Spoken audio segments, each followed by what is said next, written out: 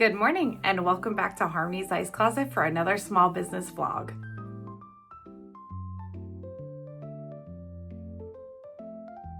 Today's not necessarily a sewing vlog per se. I wanted to be able to more so chat with you about my first ever vending event. I will be working while I'm chatting with you, but today I'm going to be replenishing my crew neck sweater supply. I'm using my sublimation printer. I've already printed all of the graphics. They're behind me here. I'm going to be trimming down those graphics and taping them to the crew neck sweaters, as well as using my heat press. So if that's something that you want to watch me do, stick around, listen to the chat about my event at the same time. Before I even start to talk about my event, I just want to show you the stuff that I'm using today. So this is a Vevor heat press. I'm going to link it in my bio so that you guys can see it, but I absolutely love this thing. This is the sublimation paper that I use. It works fabulously for me. I was lucky to find the right one on the first try.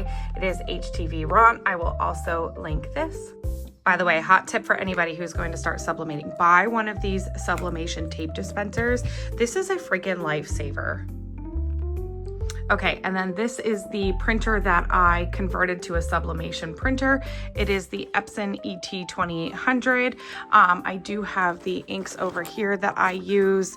It is Hippo Sublimation ink. These I got all on Amazon. I did watch a YouTube video on how, actually I think I watched like 15 YouTube videos on how to convert one of these printers to a sublimation ink printer. It was not hard. I was overwhelmed by it, but once you get into it, it's really not bad at all. Here are some of my printed sublimation graphics. I am going to be copywriting my business slogan here. I'll chat about it more in the vlog, but this was like a bestseller item. Anything that said skates, gloves, grit, grace, which I'm so excited about, but I'm also really paranoid that people are going to like use my idea when it's actually literally my business slogan.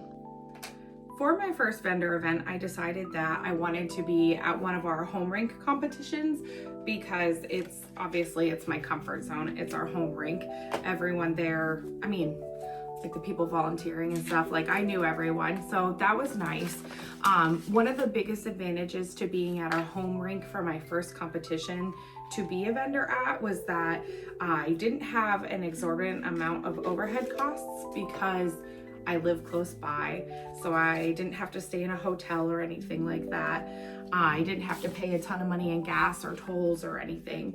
I know that some of the competitions that we travel to are like 3-4 hours away, so if I were to be a vendor for those, obviously like I would have to stay the whole weekend instead of just driving up and back in the same day, and you know, so the hotel stay, tolls if I take the turnpike or anything like that. So it was kind of an advantage.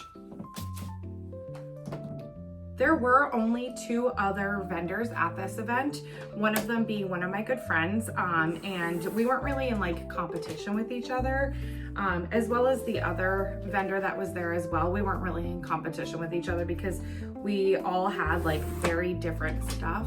Like sure, my friend who owns Luxury Embellishments, I'll tag her, and Hometown Skates, and I think it's called Simply Skating Consignment. Hometown Skates and Simply Skating are like the same business, but not at the same time. But anyway, we all had like such different stuff that it didn't really matter. We weren't really in competition with each other, I guess I'm trying to say. I didn't have a ton of inventory. I really would have liked to have a little bit more, but I only really spent about a month getting ready for this, and in that same month I made 8 custom dresses as well. So I've been working really hard to not kill myself doing this stuff. In the past I've literally wrecked myself trying to get things done, and my home would fall apart, and you know, we never really had homemade dinners, and I just like suffered physically and mentally through them. So this time I was like, even if I don't have a lot of inventory, I'm still gonna do it. I just need to prioritize taking care of myself, and I think I was actually really successful in doing that. So I did take about 50 sweaters, crew neck sweaters. I'm wearing one of them now. It has my logo with some rhinestones on it. And then the back says my business slogan. It says Skates, Gloves, Great Grace with rhinestones all over it. I also took leg warmers that I had made. I have a pair right here waiting to be rhinestoned. Totally unintentional as that was sitting there.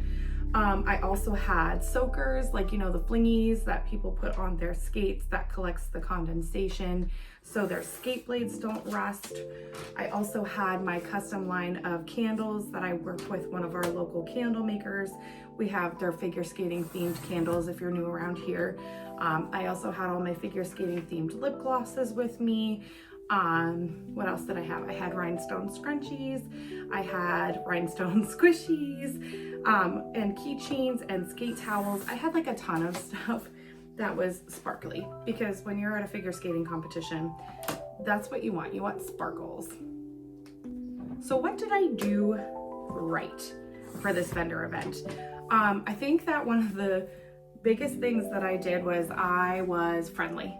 I smiled a lot, I had conversations with people. I didn't just sit in my chair and wait for people to like come up to me. So I think that was something that I did right, because I don't know if you've ever been to like any vendor events or competitions where like people are at a stand and they just sit there and they just don't look friendly, so like you're scared to go up to them. So I think that that was like a huge thing for me. I also made sure to ask like lots of questions of people, like, oh, where are you from? How long have you been skating? Like, you know, and I actually met quite a few people that way and made what I think are really good quality connections. I met some people from skating clubs as far away as like the Washington, D.C. area, and I met people who were also on their boards for their clubs and junior board members, and I made a lot of really great connections. I actually even met another aspiring dressmaker, Emily Skatewear. If you go follow her on Instagram, she's on. I can tag her in the bio too. She was super cute and she's just starting out, and like we had a really great conversation about like stuff that like beginner dressmakers don't really have anybody else to talk about, that stuff too. So that was really cool. I also think that in doing things right, I started out with $250 worth of change, because I know that this seems like a silly thing to say out loud, but I've been to other events where like people don't start out with change and they just wait until they make some money, but then they have to turn sales away because they can't break a bill or something like that, and I refused for that to happen to me. I also had a ton of different methods where people could pay. So I have tap to pay through Autobooks. I have NBKC as my business bank. They were awesome because there's no like maintenance fees or anything like that for small businesses, which is, you know, really great when you're first starting out and you don't know like if you're ever actually going to make a lot of money doing this or not. So they have a program called Autobooks, and there's the tap to pay, and I think the transaction rate was only like 2.75% for each tap to pay transaction, which is actually like 0.5% less than if I manually typed in the credit cards. I also had Venmo available, and I also have PayPal, but nobody had asked to use PayPal. I don't even know if people really use PayPal anymore. And I had the cash. So you could pay with credit card, debit card, Venmo, PayPal, in cash, anything. So like I had hardly any reason to turn anyone away. Okay, so another thing that I did really right, in my opinion, is that I have Popple. Popple is a like virtual business card. I think I got it for $5 on Black Friday last year, and I set it up and it has like a QR code where you can link everything. So I had all of my social medias on there. I had my email, my phone number so that you could text me or call me, all of those things listed on my Popple, and it was just like one QR code. So I had that in like an acrylic sign holder just the big QR. And remember how I said I was talking to all of those people and making great connections? I would always say like, hey, make sure you follow me. You could scan my QR code and it'll bring up all of my social media. So no matter where you are, you could follow me. We can keep in touch. And this actually also came in clutch later on when I was talking to people about more inventory being released because I was selling out of stuff. Okay, so let me get into talking about show setup. If there was one thing that I really wish that I had done differently, it was that I wish that I had done like a practice setup at home, because when I got there Saturday morning, I had never put together my garment rack before. And it took me, and one of my junior board members was there and she tried to help me too. And one of my good friends, she stopped by to help me out, which was like a godsend that she was even there. So it took us like an hour to set up this garment rack, and I kind of like really regret that. I didn't invest like a ton of money into my first show setup because, again, I didn't know if this was going to be a lucrative event for me or if I was just going to be like solely custom dresses forever and ever, you know? So I bought like a polyester fake satin pink tablecloth and some acrylic displays. Like I bought like a donut holder for my scrunchies, and I also bought what did I buy? Like an acrylic 3-tier display for some of my candles. And that was really like all I bought. I already had some clear plastic parfait dishes from the Dollar Tree, so I used those for like my lip glosses and stuff. I didn't really invest a whole lot. Oh, and the gold garment rack that I took forever to set up. I got that on Amazon, oh my gosh, like 6 months ago. I saw it on sale and I think it was like 18 bucks. Now I know why it was 18 bucks because it's a little flimsy and hard to put together. But so I had already had that, but I had that because I knew that I would need it in the future at some point. Just like some random stuff here. Like I'm just gonna throw out some unorganized thoughts about the event.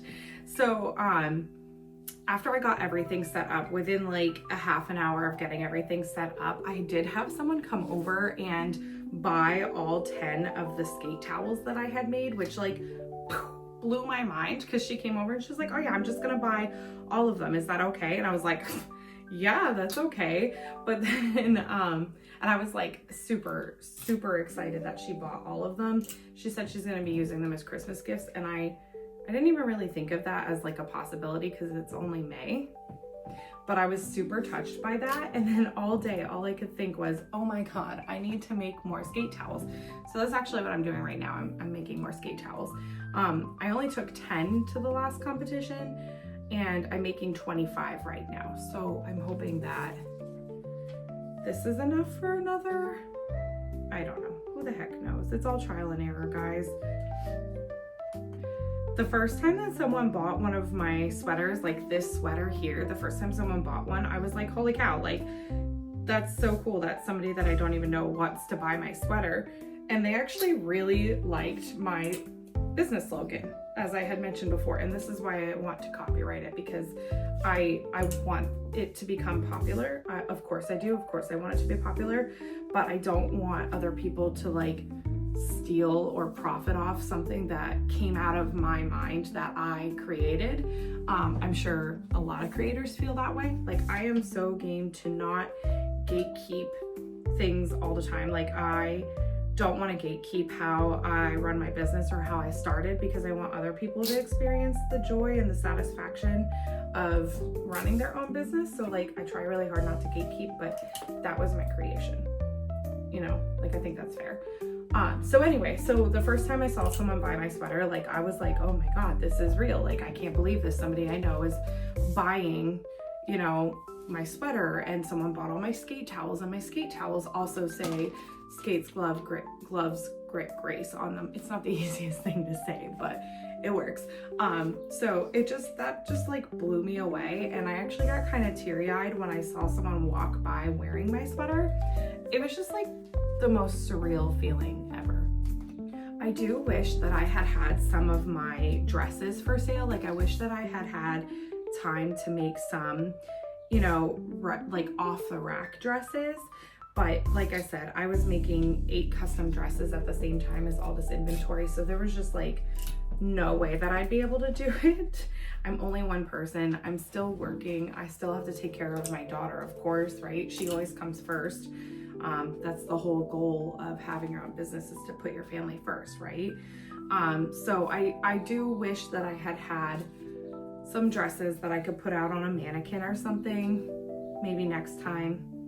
TBD, to be determined, I guess. We'll see what happens.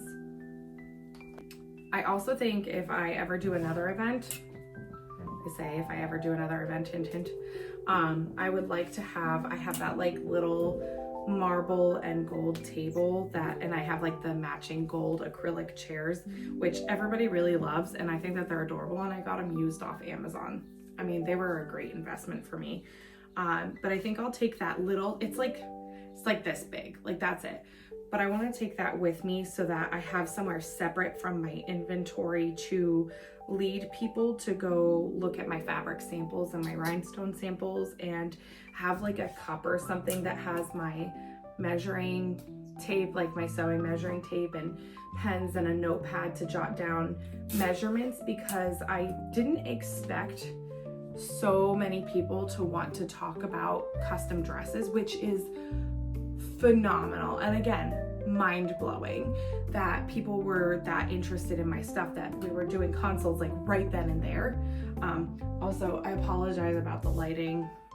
With the way my heat press is set up, I have to chat facing this way. Say, Levy, I'll come up with better lighting in the future for my videos. So yeah, I got some great leads for outfits.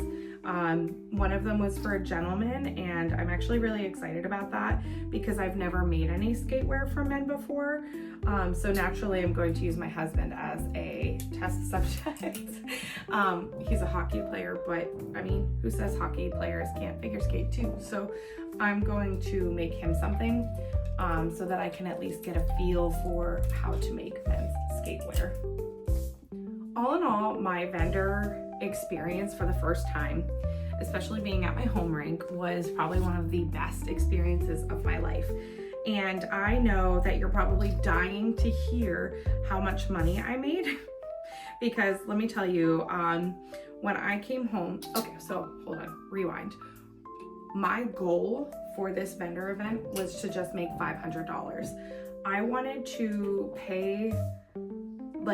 make enough money to cover the inventory that I had purchased, those skate towels and the sweaters that I had purchased, the scrunchies and other things. Like I already had the supplies for that on hand, but I wanted to make $500 because I just wanted to break even. Well, the first night that I came home, Saturday night, I sat on my couch and I tallied everything up and I started to cry. I had already broken my goal. Like I was already past my goal by several hundred. So I laid on the couch and I cried because I couldn't believe that this was real. Like I actually did it. So then the next day, counting Saturday's sales and adding everything up after the event, I just did like a really quick tally in the car because we went out to eat afterwards because we were all exhausted and there was no way I was cooking. So I sat in the car and I counted up all my cash and I counted up all my transactions and everything, and the total that I made was $1,345.16. I don't know how we got there, but we did. That was almost 3 times what my goal was to make, and I was floored. Now, also keep in mind that was not counting, I did pay my one friend a couple dollars for coming to help me because she really was like an outstanding helper, and she helped sell and she helped set up and she helped do all kinds of really awesome things that like I wouldn't have been able to do myself if I was there by myself. So I paid her. I did pay my daughter a little bit for helping because, I mean, come on, she's 10 and she didn't have to help me run the stand, but she did. So I gave her some money, and we also paid for food from the food stand from the money that I had made as well. So I am willing to bet that I had probably broken $1,500. So that is 3 times my goal. I mean, surreal. I couldn't believe it. And if you guys have watched any of my past videos or like my first video or anything like that, you'll know that that is so surreal to me because I didn't even know how to sew 2 years ago, and now here I am out here a vendor, and I am selling all kinds of stuff, not just like dresses and things like leg warmers and scrunchies and candles and lip gloss. And who the heck would have known that this was possible 2 years ago, right? So will I do it again? Yes. I will hands down do this again. And let me tell you why. I think that with me doing this as a business, I now have people that I don't even really know out there wearing my logo, and they're essentially free advertising for me just because they like my sweater and they think it's cute. So now there's people out there who are following me on social media that are states away. I mean, I know that people were following me on TikTok and stuff before that I don't know, but still, like they're actively wearing my logo and my slogan. And the more people that know about my business, the more dresses I could potentially make, the more sales I could make. And I just think that that's so cool and so valuable as a business to go out there and make those connections and make my name known. And I want to continue that momentum. That being said, I am a crazy person, and I'm doing another event in 2 weeks. 2 weeks, guys, 2 weeks. I took 1 week, this week, the past 5 days, to source all of my new inventory, I guess you could say. I went to Joann Fabric because they're sadly, as you know, going out of business, and I wanted to buy a bunch of fabric before they're gone, and I have to travel 2 hours to go buy fabric.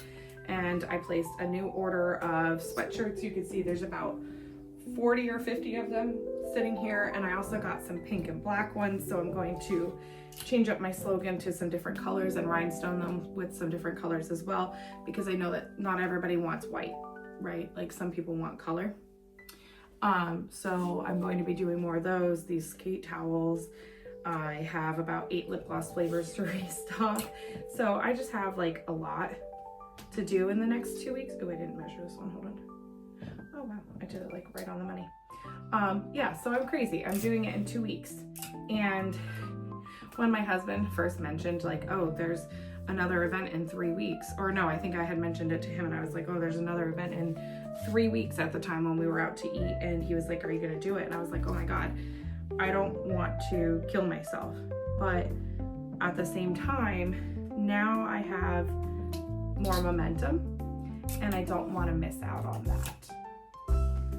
So you already know a couple of the other things that I want to do differently. Like I want to obviously change up my table setup a little bit to be a little bit more professional and polished. So I ordered a new tablecloth already.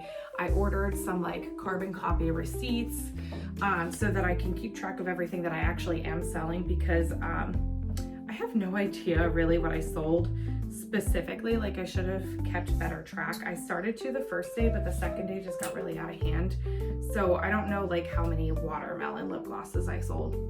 I didn't really keep track of that. So I'm gonna try and do that this next time with those carbon copy receipts. I also ordered some pink plastic shopping bags. I didn't get like the most expensive ones because again, I'm just starting out. So I don't want to invest so much in things that I'm like not making any money whatsoever, because every time I make money, I'm reinvesting it into new inventory so I can keep growing. I also want to make sure that when people are at my stand, I'm starting to like load my tap to pay as they're shopping, because it was taking a little bit longer in the rink. And I think like pretty much all rinks have terrible service because of all the equipment it takes to keep the ice frozen. I don't know, that's just my theory because it seems like every rink I go into is terrible service. I also, I know I'm crazy. I might try to bang out some dresses that are like ready to go just so that I have something to put on a mannequin. Maybe I'll take 2 mannequins this next time. I am also going to be traveling about 3 hours for this next competition. I did have to book a hotel and the table is a lot more money, and I have to pay 10% of my sales. So I'm a little intimidated. I'm gonna be taking like twice as much inventory as I did to this one at my home rink. So I did also get like vacuum seal bags to see if I can condense how much space my crew necks take up in my car. I also bought some Hulken bags. I'll show you those in just a minute. The Hulken bags are like rolling tote bags and I see them everywhere online all the time. I think that their advertising is geared towards like small businesses.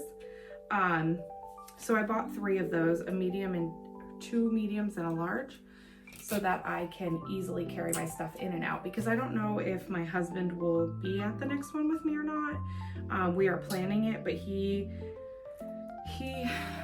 would have to bring the dogs down and stuff. I mean, I reserved a hotel that was good for pets and everything, so that's no problem. But I just wanted to make sure that like everything that I bring with me, like I can handle myself if I have to. Here are my Hulken bags, just so you can see like what they look like. I got them to match my color theme. They do have these unbreakable straps so I can pull them around. They're humongous. As you can see, next to my Aussie, that's how big that small one is. They have like 5 wheels underneath. So it's gonna make it a lot easier for me to carry everything in by myself if he's not there. I didn't get as far in the sublimation process as I wanted to while I was chatting with you. I was going kind of slow because I can't talk and do things at the same time. So I am going to show you guys a little bit more of that in just like a video with me not talking, just so that you get the whole, you know, the whole process in there.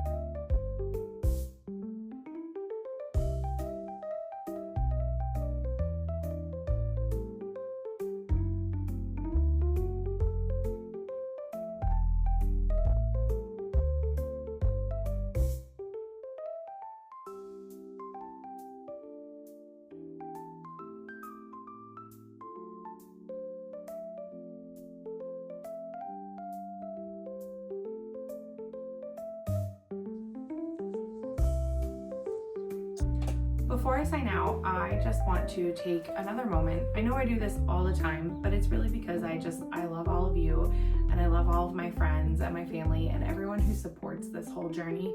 And I just want to say how grateful I am for all of you, and grateful that even if you're not buying stuff because you're not a figure skater or figure skating parent or anything in the realm of figure skating, just watching this video, just liking my posts, sharing my posts, saving the posts on TikTok, like any kind of interaction really helps my business. And I so appreciate all of everything that all of you do. The watch time from the hours on here, like it really, your support has been amazing. And in just the last, what is it, it's May, so 8 months, just the growth that I have experienced is outstanding. And so before I start to cry, I am going to flip over to some videos and pictures of the event just so that you can see like what my actual setup was and everything. And thank you guys so much for watching, and don't forget to like, share, and subscribe.